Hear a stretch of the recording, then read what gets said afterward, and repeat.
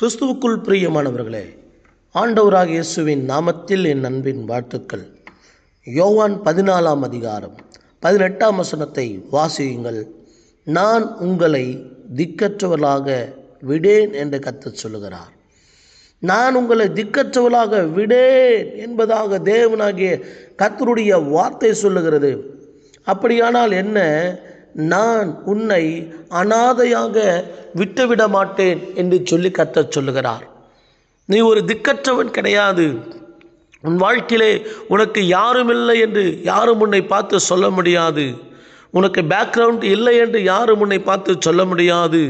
ஏனென்றால் சேனைகளின் கர்த்தர் சொல்லுகிறார், நான் உங்களை திக்கற்றவர்களாக விடேன், உங்களிடத்திற்கு வருவேன் என்பதாக தேவன் சொல்லுகிறார். பாருங்கள், நம்முடைய வாழ்க்கையிலே தேவன் நம்மை திக்கற்ற நிலையிலே நம்மை விட்டுவிடாதபடி எப்பொழுதும் நம்மை ஒவ்வொரு நாளும் நம்மை கரம் பிடித்து நம்மை நடத்தக்கூடியவராக நம்முடைய தேவனாகிய கர்த்தர் இருக்கிறார். மத்தேயுவுக்கு எழுதின சுவிசேஷ புஸ்தகம் 28ஆம் அதிகாரம் 20ஆம் வசனத்தை வாசியுங்கள். இதோ, உலகத்தின் முடிவு பரியந்தமும் சகல நாட்களிலும் நான் உங்களோடு கூட இருக்கிறேன் என்று கர்த்தர் சொல்லுகிறார். தேவன் ஒவ்வொரு பிள்ளைகளோடு கூட இருக்கிறார். தேவன் ஒவ்வொரு பிள்ளைகளோடு கூட வாசம் பண்ணி கொண்டு தான் இருக்கிறார். அவர் சர்வ வல்லமையுள்ள தேவன், சர்வ வியாபி என்று சொல்லுகிறார்கள். எங்கும் நிறைந்திருக்கிறார் நம்முடைய தேவன், எங்கும் அசைவாடி கொண்டிருக்கிறார் நம்முடைய தேவன். எனவே நம்மை அவர் சூழ்ந்திருக்கிறார். நம்மை அவர் சுற்றிலும் அவர் நம்மை பாதுகாப்பதற்காக எப்பொழுதும் நம்மோடு கூட அவர் டிராவல் செய்து கொண்டே இருக்கிறார். எனவே நீங்கள் கலங்காதிருங்கள். உலகத்தின் முடிவு பரியந்தமும் சகல நாட்களிலும் நான் உங்களோடு கூட இருப்பேன்னு சொல்கிறார். ஒவ்வொரு நாட்களிலும் கர்த்தர் நம்ம கூடவே இருக்கிறாருங்க. சங்கீதம் 23ஆம் சங்கீதம் 4ஆம் வசனத்தை நீங்கள் வாசித்து பாருங்கள். நான் மரண இருளின் பள்ளத்தாக்கில் நடந்தாலும் பொல்லாப்புக்கு பயப்படேன். தேவரீர் என்னோடு கூட இருக்கிறீர், உமது கோலும் உமது தடியும் என்னை தேற்றும். இங்கே சொல்லப்பட்டிருக்கிறது, தேவரீர் என்னோடு கூட இருக்கிறீர். ஆண்டவரே, கர்த்தர் உங்கள் கூட தாங்க இருக்கிறாரு.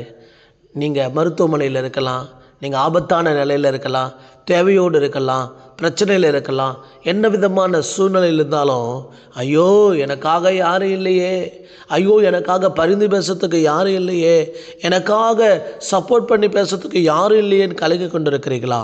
உங்களுக்கு சப்போர்ட் பண்ணுவதற்கு இயேசுன்ற தேவன் இருக்கிறார். இயேசுன்ற இரட்சகர் இருக்கிறார்.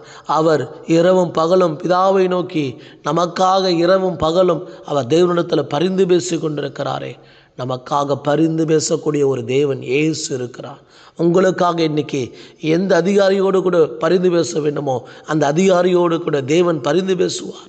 உங்கள் வேலைக்காக பரிந்து பேசுவார். உங்கள் குடும்பத்துடைய சமாதானத்துக்காக பரிந்து பேசுவார். உங்களுடைய குடும்பத்தின் சூழ்நிலைகள் சரியாக வரும்படி தேவன் உங்களுக்காக பரிந்து பேசுவார். நம் தேவன் பரிந்து பேசுகிற தேவன். உங்களுக்காக எனக்காக அவர் யாவையும் செய்து முடிக்க வல்லவராக இருக்கிறார். எனவே எனக்கு யாரும் இல்லை பிரதர், நான் ஒரு அநாத பிரதர், எனக்கு அடித்து போட்டால் கூட கேட்குறதுக்கு யாரும் கிடையாது, எனக்கு துணையாக எனக்கு உதவி செய்வதற்கு யாரும் இல்லை, என்னை ஆசீர்வதிப்பதற்கு யாரும் இல்லை, என்னை வழிநடத்துவதற்கு யாரும் இல்லை, எனக்கு புத்திமதி சொல்ல யாரும் இல்லை, ஐயோ நான் ஒரு திக்கற்ற நிலையிலே காணப்படுகிறேனே, நான் ஒரு அனாதையைப் போல வாழ்ந்து கொண்டிருக்கிறேன் என்று உங்கள் இருதயத்தில் ஒரு நாளும் கவலைப்படாதிருங்கள், கலக்கம் கொள்ளாதிருங்கள். சர்வ வல்லமையுள்ள தேவனாகிய கர்த்தர் நமக்கு இரக்கம் செய்கிறவராக இருக்கிறார். அவர் நம்மை அனாதைகளாக ஒருபோதும் ஒரு நாளும் விட்டு விடவே மாட்டார். அவர் உங்களுக்கும் எனக்கும் நன்மை செய்கிறவராக இருக்கிறார். ஜெபிப்போமா? அன்பின் பிதாவே, இந்த அருமையான கால வேலைக்காய் நன்றியோடு கூடமே துதிக்கிறோம். நீர் ஒரு நாளும் ஒருபோதும் எங்களை கைவிடுகிற தேவன் அல்ல. இதோ தகப்பனே, எனக்கு யாரும் இல்லையே, நான் ஒரு அனாதையாக இருக்கிறேனே, எனக்கு யாரும் இல்லையே என்று சொல்லி அநேகர் அழுது கொண்டிருக்கிறார்களே, அநேகர் வேதனையோடு கூட இருக்கிறார்களே. அப்படிப்பட்டவர்களுக்கு தேவன் உதவி செய்ய முடியாது ஜெபிக்கிறோம். இயேசுவின் நாமத்தில் ஒவ்வொருடைய உள்ளங்களிலும் கர்த்தர் இடைப்பட முடியாது நாங்கள் ஜெபிக்கிறோம் தகப்பனே.